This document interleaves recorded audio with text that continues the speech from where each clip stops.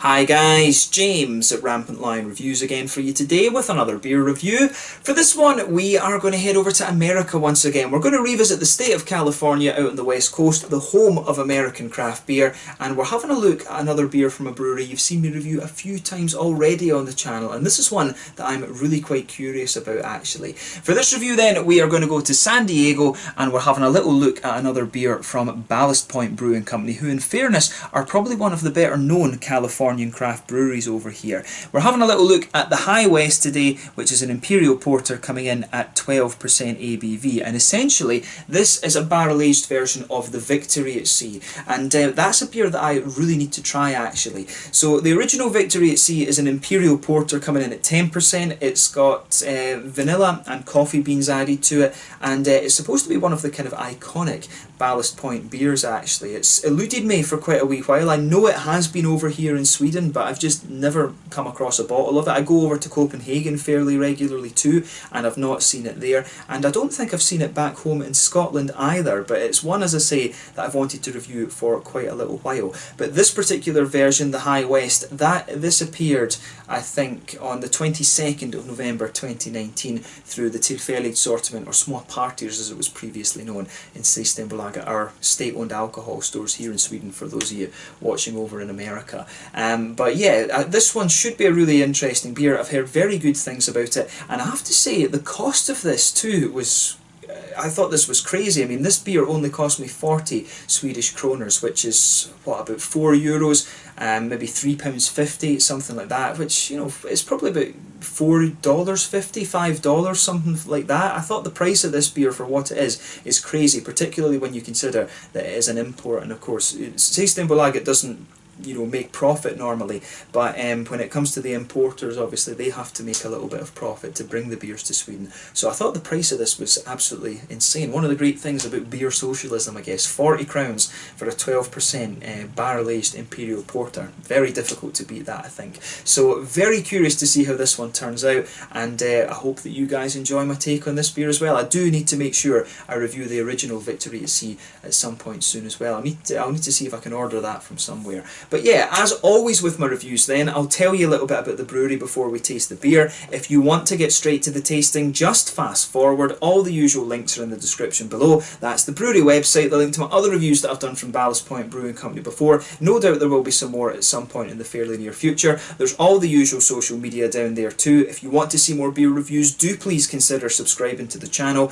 The whole channel, of course, has a geography-based tagging system, so you can go into the homepage and search for beer based on country, city, state, county, prefecture, whatever it is you're interested in. Do check out the playlists of beers from different countries. There is one there for all the American beers that I've reviewed for you. That's constantly being added to, and as always, please do get in touch and let me know some of the other beers and breweries that you guys would like to see me review. It's always great to hear from you guys that are watching the videos, and the support that you show the channel is hugely appreciated. So anyway, on to my brewery notes then, to tell you a little bit about Ballast Point Brewing Company. So Ballast Point Brewing Company, as I mentioned to you earlier, are based in San Diego in California, and they were founded by a group of friends back in 1996. So Jack White and his roommate Pete Ahern had homebrewed together during their time at UCLA, and after university Jack opened up the Homebrew Mart in San Diego, and apparently many of the customers of this store have gone on to found their own breweries. So Pete Ahern went off to UC Davis to train for his Master Brewer certificate, and he was the original head brewer at Ballast Point. However, he decided quite early on that he wanted to take a back seat at the brewery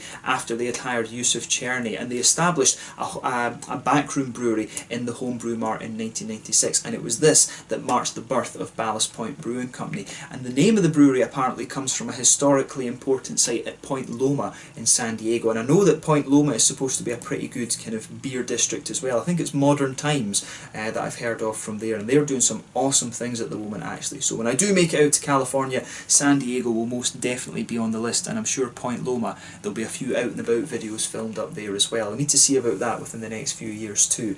But in 2004 the brewery opened a larger facility at Scripps Ranch, and then in 2013 they opened a new brewery, tasting room and restaurant in Little Italy as well, which functions as their beer lab. By 2014 though, they'd outgrown the brewery at Scripps Ranch, and so they began construction of a new facility in Miramar, which opened in 2015. 2014, and this also contained a tasting room and a restaurant, and since 2008 they've also produced spirits too, and the Scripps Ranch facility serves as their current distillery. So Jack White acted as president and CEO until June of 2015, when the role was taken over by Jim Beuchler, who had been the general manager since 2012, and Cherney was the head brewer and distiller as well as the operations manager for a period too, from what I gather.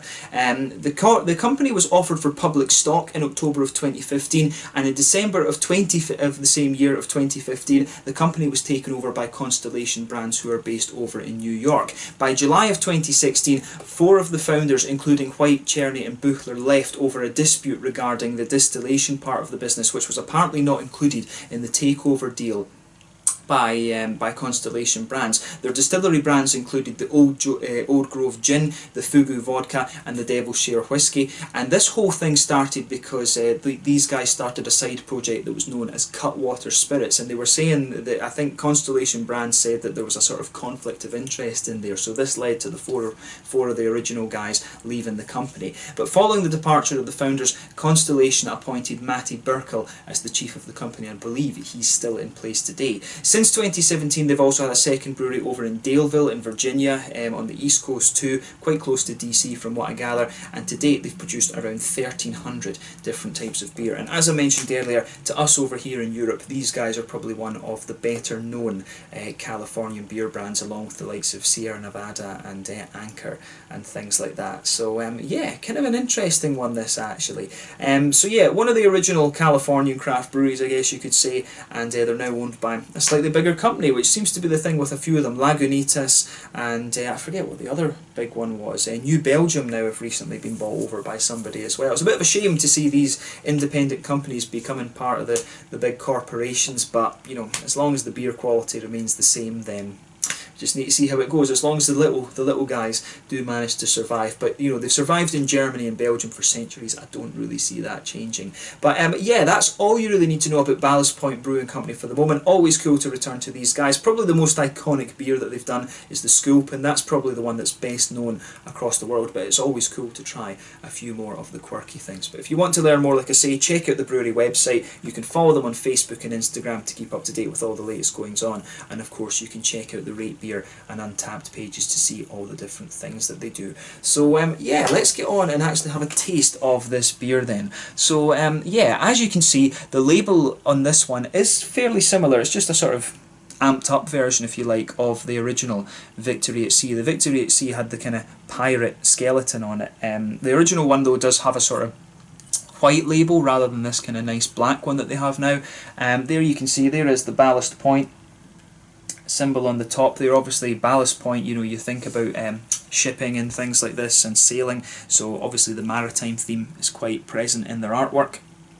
And fishing seems to be the other thing. A lot of their beers are named after different fishes and things like that, like the Mocha Marlin that I reviewed before, and also Sculpin. But yeah, really nicely presented beer, this one. This particular vintage is the 2018 version. It doesn't say much about it otherwise on the video, but it says, on the bottle rather, but it says on the side here, this one has been imported to Sweden by Cask A Bay. So yeah, so an Imperial Porter with coffee and vanilla flavours, aged in High West bourbon and rye barrels. I'm guessing High West must be specifically the name of a distillery locally in California. They seem to be brewing, there seem to be a lot of little craft distilleries opening up. I've not tried too many bourbons. Being Scottish, of course, my whisky taste is more kind of inclined to Scotch and a little bit of Irish whiskey, and with the missus being Japanese too, I have tried a few really nice actually Japanese whiskies. But yeah, a nicely presented beer, this one. The coffee beans that they use in this apparently are Cafe Calabria beans too. So yeah, let's get rid of the brewery notes then, and we can open this beer up and see how it got. And as I mentioned, a 12% barrel-aged Imperial Porter. So yeah, let's get this guy out and we will get on with the tasting then. You can see a nice little bit of smoke on the opening, and we'll get it out and into the glass. And I'll tell you straight away, you can see the distance I am away from this, probably about half a metre or so. You can smell the vanilla off this as you open it up. I've become a huge fan of like coffee stouts and things recently because of Dugas Brewery in Gothenburg here in Sweden. They did some awesome Imperial stouts with a few different coffee roasteries over the years. I forgot to mention as well, this one is a 355ml bottle. Of course, over here in Europe, we use the real people system, the metric system as it's called. This one is 12 fluid ounces in America. So that must mean that what a fluid ounce is somewhere in the region of like 30.5 millilitres or something like that. Yeah. Oh well, I guess. So yeah, fluid ounce must be somewhere in the region of 30 millilitres actually. I need to remember that going forward, because I always make fun of that pint and quart system that they have. And to me it just makes no sense. Use the metric system, it's based on water, the universal solvent. But yeah, I'm not going to complain about that too much. But yeah, as you can see, this beer is poured a lovely dark kind of ebony rosewood colour. It's basically black as night, this. If you shine the light through it, you get a little bit of a kind of Coca-Cola coloured edge, but as I say, this beer is black as night. You're not going to change the colour of this one at all. But yeah, it looks very, very nice. You can actually see, normally the 330s that I have here in Europe, they reach up to about this point on the glass, but you can see this one is a little bit higher actually. But a lovely looking beer this. You could see when we poured it there was about a quarter finger of a frothy, I would say sort of fawn, very light beige coloured head, one or two big bubbles sticking towards the side of the glass, and you can see a few little ones going up towards the bottom of that head there. But when it's a barrel aged beer, you don't expect the head to stick around all that long, especially when it's a high alcohol one like this, and you know, you don't expect all that much in the way of carbonation either, so you're only seeing a few little bubbles creeping up the side of the glass there. But yeah, let's take a closer look at the aroma then and just see how we get on. Oh yeah, that's really nicely balanced actually. So straight away you notice, I was noticing the vanilla when I was a bit further away from this, but when you go into it quite closely you get the coffee.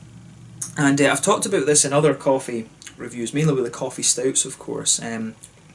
Incidentally, I think this is probably the strongest Imperial Porter that I'm going to review, but or have reviewed so far I should say. But coffee beans, I don't drink coffee. I've never particularly liked it, to be honest with you, but when I've had coffee beans and stouts and stuff, I really think it's beautiful actually. But with coffee beans, they can add such a level of complexity to your beer. It's all about the height that they're growing above sea level. Apparently when you get above 2,000 Masel, metres above sea level, that's when you start to get lots of really fruity flavours and stuff like that out of coffee. And the coffee bean itself can have just about as many different aromas to it as an individual beer can. So if you add coffee beans into craft beer, you can imagine what level of complexity you're going to. But with this, the coffee bean in this, to me, this one comes across, it has got a nice little bit of smooth earthiness underneath it, but I think it's quite floral, and there is a little bit of there is a little bit of like an almost red fruitiness to the coffee in there, which is interesting. A little bit of I don't know what fruit to say that is it a little bit of like blackcurrant or something?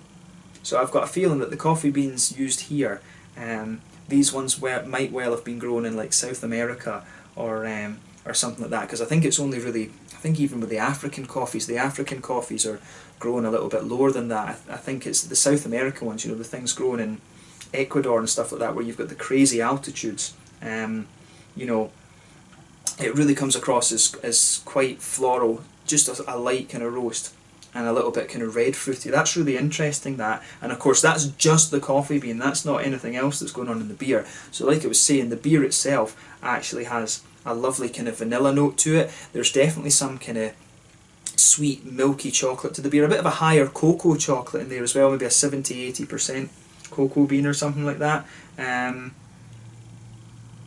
or 70-80% cocoa chocolate I should say. So yeah, you've got I think the vanilla is probably giving you the impression of there being some sort of sweet chocolate to it. But yeah, other than that, the aroma, I mean, you've got a little bit of fruitiness in there, as I was saying, a wee bit of a kind of blackcurranty, blackberry sort of thing, maybe a little bit of a figgy quality as well. But other than that, it's quite kind of straight up. On the hoppy side of things, maybe a little bit of earthiness, a little bit of grassiness too. Nothing really overly floral with this, but I mean, when it's barrel aged for 9 months, most of the hoppy characters are going to drop away, and the porter generally is not the hoppiest of beers. So you've got a little bit of grassy character, a little bit of fruitiness, but yeah, this beer, I think, it does come across as quite infused. You can pick up some of the oaky notes out of it as well.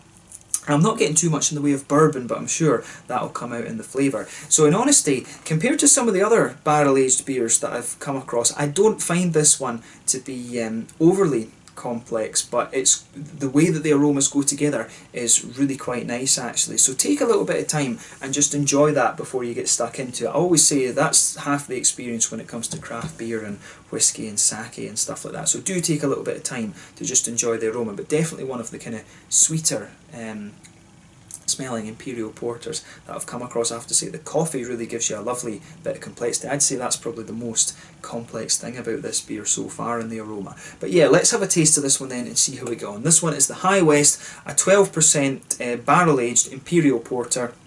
Basically a big barrel-aged version of the Victory at Sea, the Imperial Porter that normally comes in at 10% ABV from Ballast Brewing Company in Miramar in San Diego in California. Let's get stuck into this one. Slàinte, skål, cheers.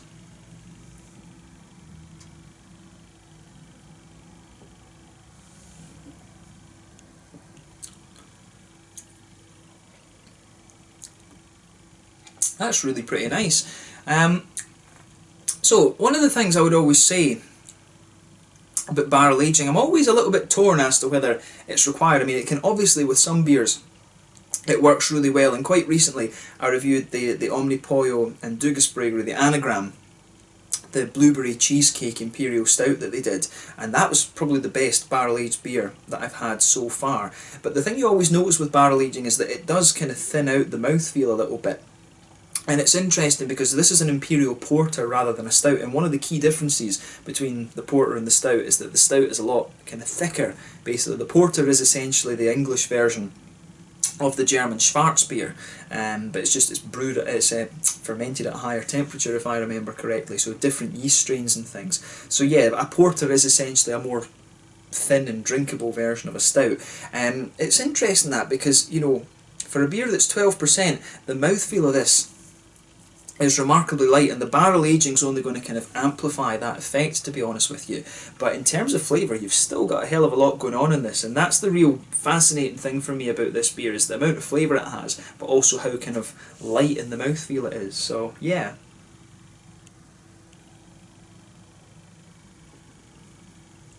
It has got a little bit more carbonation to it as well than I was expecting, and to be honest, when this beer is like 12%, you can probably store this in your cellar for a good number of years, like 10 years or something like that, I would assume.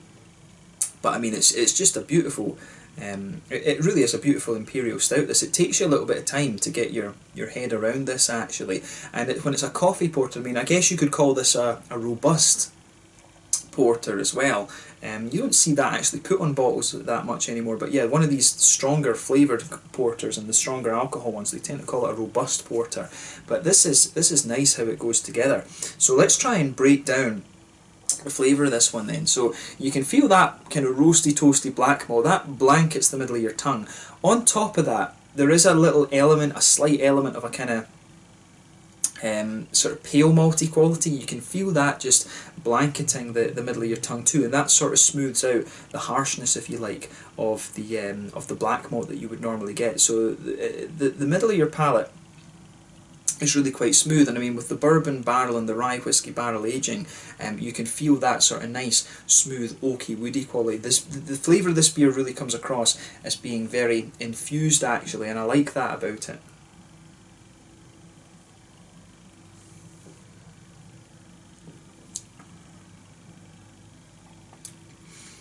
So yeah, that's nice. I mean, it's not the sweetest of Imperial, you know, like barrel aged beers that I've come across. Most of them do tend to be quite sweet, but you do get a nice little bit of the bourbon flavour. I was talking about how in the aroma you can detect that the bourbon flavours come out. If you go to the very centre of your palate and then just a little bit forward and out to the sides, for me the bourbon flavours come out just there the further you go into the aftertaste. You've seen how long it was since I took a sip of this, and the bourbon flavours are just starting to come out now. But yes, it's the lightness of the mouthfeel here that really kind of catches my attention. So if you move into the middle of your palate here, there is a little tiny bit of a brown sugar, maybe a very light caramel thing, but that's just a very small kind of dot almost in the centre of your palate, and that will be covering up the booziness of the beer. You do get a good bit of alcohol warmth to this one down here, which is kind of interesting. But the coffee beans as well, you can, when you let the middle of your palate dry out a little bit, you can really feel the coffee beans mixing in on top of that woody quality as well. This beer is just, it's all like just kind of like that. Everything is sort of conjoined to everything else. So yeah, the vanilla flavours are sitting in there. As I say, you've got that roasty black malt, you've got a little bit of the woody flavour as well. You can feel the vanilla in there, but the vanilla, in fairness, kind of comes out more in the centre of the palate, I think, quite close to the very light caramel flavours that I was talking about. But the coffee beans, as your palate starts to dry out, the coffee beans really start to push their way out as well. And like I was saying, it comes across as a very smooth roast coffee, but there's a good little bit of floral character in there. I'm not getting the same fruitiness that I was picking up in the aroma, so I guess maybe the fruitiness that's coming out of this beer might well have been some of the, you know, some of the chocolate malts, I guess, that they've put in here, or the hops. Actually, I'd be curious to know what hops they've used, if it would be Williamette, or whether they would have used, you know, the old Bramling's Cross from England, or even the Northern Brewer from Germany, which is popped over the Doppelbock. But yeah, it's interesting actually.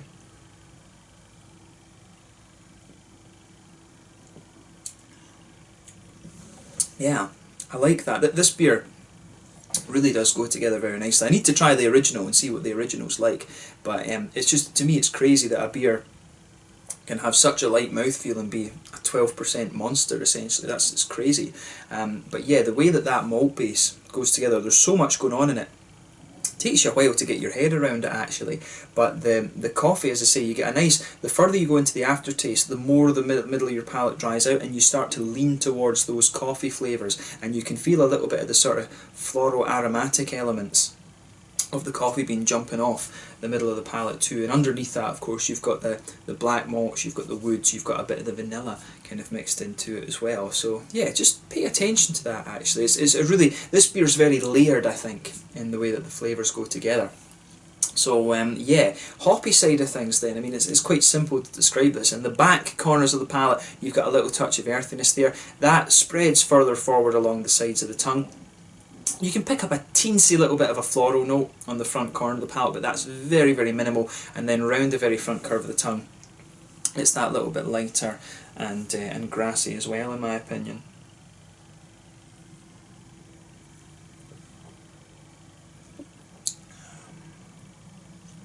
And yeah, behind the front curve of the palate, of course, that's where you get that little oily bubble where the juicy, fruity esters start to push their way out of the beer.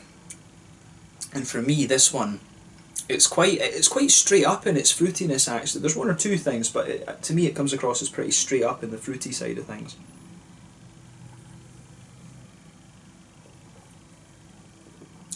So yeah, when you take the beer in initially, you get a little bit of sharpness on that front part of your palate, kind of raisiny to be honest. But then the further you go into the flavour, it kind of evolves a little bit more to be, it's not quite juicy enough to be figs. I think when it's almost, most of the fruitiness comes out just on the very edge of your tongue, and it's a little bit of a kind of blackcurranty, blackberry sort of thing, and you can really feel a bit of that booziness on the front tip of your palate as well. It's almost like a little bit like a kind of toasted raisin or something like that. It's almost, yeah, like if you've got a raisin that's been, you know, in the sort of crusty part of a cake or something like that. It really, that sort of flavour is what I'm really getting from the fruity side of things.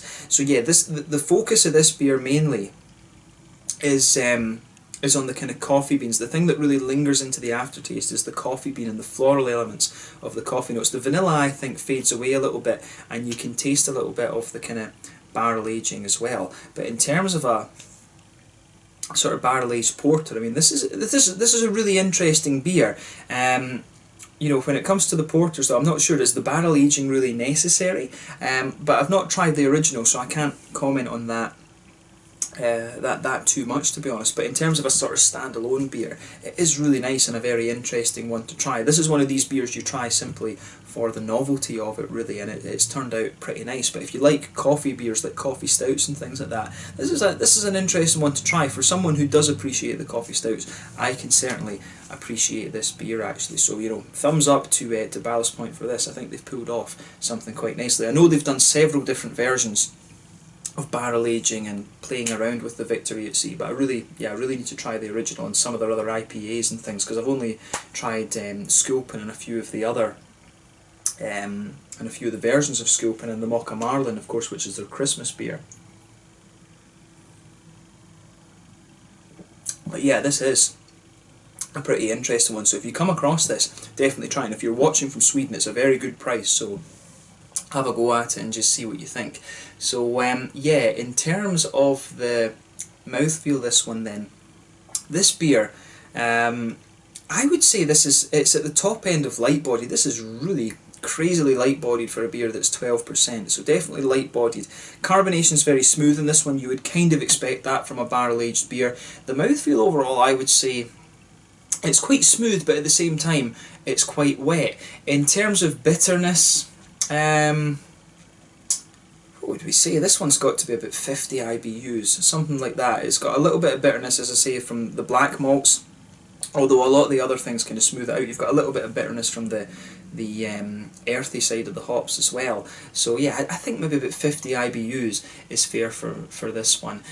Good bit of sweetness in the malt base, but it does dry out quite a little bit because of the coffee things. It does have a good roasty note to it as well. As I said, this beer is all about how these things kind of balance each other out. It's a very infused flavour that you get from this one, but very light at the same time. You've got a nice little bit of juicy fruity quality in there too, but you know, overall this is just a really very kind of quirky beer. I can feel the alcohol with this one go into my head a little bit, so probably I'm blabbering.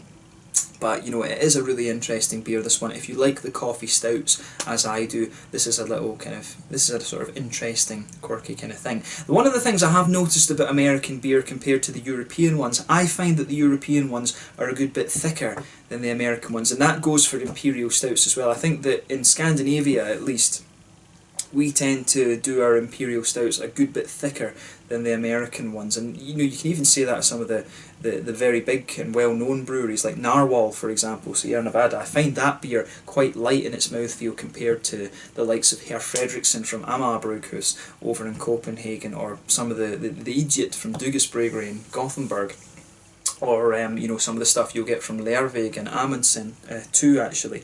So yeah, I think these dark beers that you get in America are a good bit lighter than some of their European counterparts, but yeah, this beer, it's really interesting. It's a good price as well. Have a go at it for yourself and just see what you think. So yeah, we'll leave it at that for this one because I feel I'm rabbiting on a little bit. But yeah, this is the High West, a barrel aged, should we say, bourbon barrel and rye whiskey barrel aged version of the Victory at Sea, an Imperial Porter, originally coming in at 10%, but now coming in at 12%, from Ballast Brewing Company in San Diego in California. A really lovely beer, this one. I'm going to go away for the rest of the evening and just sip this one and enjoy it. So yeah, check out this beer if you get the chance. A really interesting one, barrel aging on an Imperial Porter. Not something you'll find all that often, but definitely quite an interesting thing to try at least once or twice. So yeah, thank you again for watching my beer reviews. Until the next time, please like, subscribe, share, all the usual YouTube stuff. Let me know your own thoughts on this beer in the comment section below.